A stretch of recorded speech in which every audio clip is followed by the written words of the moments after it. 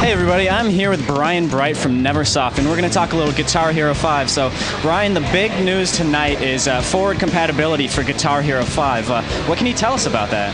Well, we've been working on technology for a while. I announced back at E3 that we're compatible with our downloadable content from World Tour, and now we have the technology, and we are announcing that we're compatible with Guitar Hero World Tour, and then shortly after launch, Smash Hits. So we'll be making more announcements about that in the next week or so. Sounds good. Now, some of the other big features that you guys are showing off are basically the revamped Guitar Hero music studio, GHMix. Looks like you guys have put some features in there to make the system a lot more accessible, but a lot more deep for people who really want to get into it, right? Yeah, absolutely. I mean, we've added some things like the GH Jam is the old recording studio, and you'll see right off the bat that's a lot more fun to go in. You'll see the highway, you'll see the visualizer going, reacting to what you do. You can record right there. You can take it into GHMix. We have a pattern editor. I call it a loop painter, but it basically allows you to just paint different loops in. So you can grab like an intro from, if you're on, you can switch over to drums and grab like an intro, a funk intro, and then drop in a rock, chorus, and then finish off with a jazz ending or whatever. And you can do that with all the instruments. You can even record your own patterns and drop them in there. So you could, like, if you made the most awesome drum beat, you could share that amongst different songs that you've actually created. What sort of things have you done to the interface in general to make it easier to use? In GHMix, we've added a whole in-game manual. So if you hold any button down, everything's based around the fret buttons. So there's 5 colored buttons. Every menu is based around those. If you hold one of those buttons down for like a second or half a second or so, an in-game manual pops up, and it tells you not only what that button does, but everything that's kind of nested underneath that in the menus below that. So it's really cool. If you've never even touched the old one before, the old GHMix, you can go in there and right away at least kind of figure out what you're doing. Also, navigation is all based around the strum bar. So you can strum up, strum down. You're going up and down through measures in the timeline.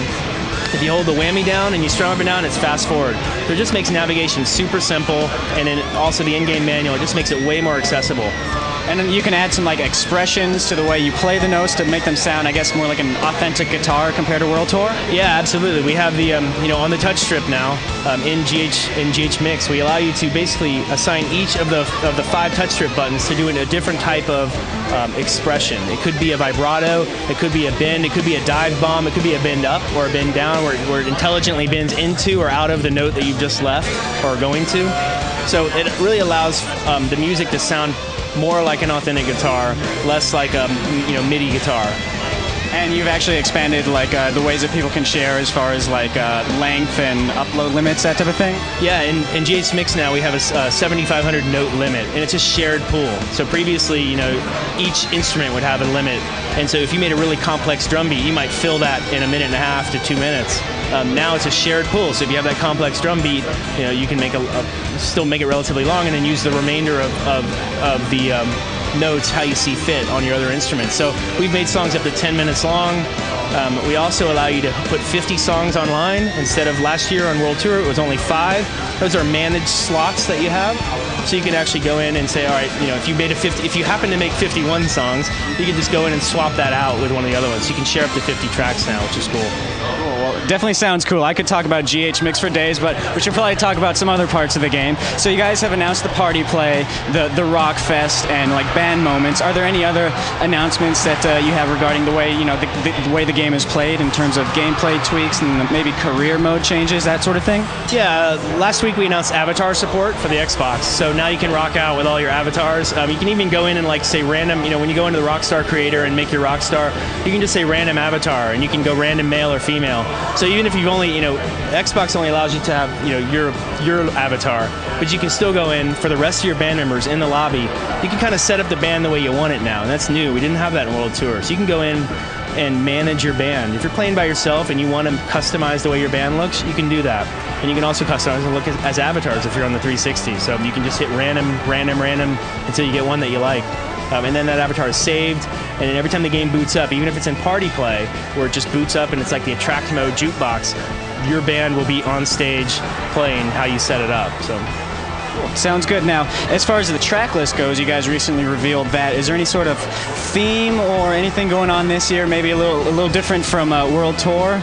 I think our track list is slightly different. I mean, it's got a lot of variety this year. So we've kind of targeted a couple of different sections. We've got artists that we've never been able to get in the game before, right? And those are the big ones. Like for us, it's Tom Petty. It's we have never had Elton John. We've never had Stevie Wonder. We've got two different Jack White tracks in the game. We've got Queen and David Bowie. Arctic Monkeys have never licensed. I've been trying to get them for 5 years on Tony Hawk games, and they would never license anyone. So, we've been fortunate enough to get bands like that in the game. And then we also have a lot of kind of more indie rock, I would say. So we've got, Band of Horses, Duke Spirit. We've got some mid-90s rock like Space Hog in there that are like throw you a curveball, Screaming Trees, bands like that as well. So it's just a big mix. We've got metal, we've got Children of Bodom in the game.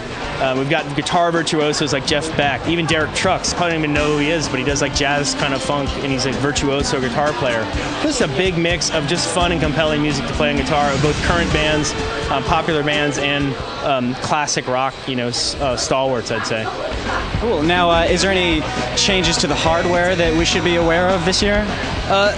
On the guitar, it looks different. It's got a different faceplate, has some chrome bits on the headstock, and then the internals are all different. The strum bar has been redesigned. You'll notice right off the bat it's got a different tactile feel. It's a little bit rubbery, which is good if you're playing intensely and you're sweating a lot. It doesn't slip out of your fingers as much. It's also been redesigned on the inside, so it's a little bit more like the Guitar Hero 3 strum bar, at least mechanically, but improved upon. So you won't have that loud, that high piercing click that you might have had in the World Tour guitar. It's a little more thuddy to increase durability. And then the slider bar is completely digital now. So in World Tour it was analog, and it was occasionally it could be imprecise. Now it's spot on, tactile, on point, which is great because in the music studio you can use it for percussion on a touchpad. You can't even get an electronic drum machine with touch sensitive pads. So you have that in the game. It's just a different way to play drums.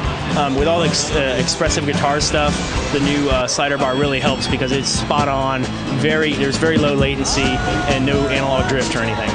Cool. Definitely sounds like you guys have put a lot of work into it. I'm sure Guitar Hero fans are going to be very excited when the game releases. So obviously that leads me to my last question. When should we see the game available in stores? The Guitar Hero 5 is out September 1st of this year on the Wii, the PlayStation 2, the Xbox 360, and the PlayStation 3. All right. Thank you very much, Brian. Thank you. That'll do it for Guitar Hero 5 for right now, but stay tuned for more in the very near future.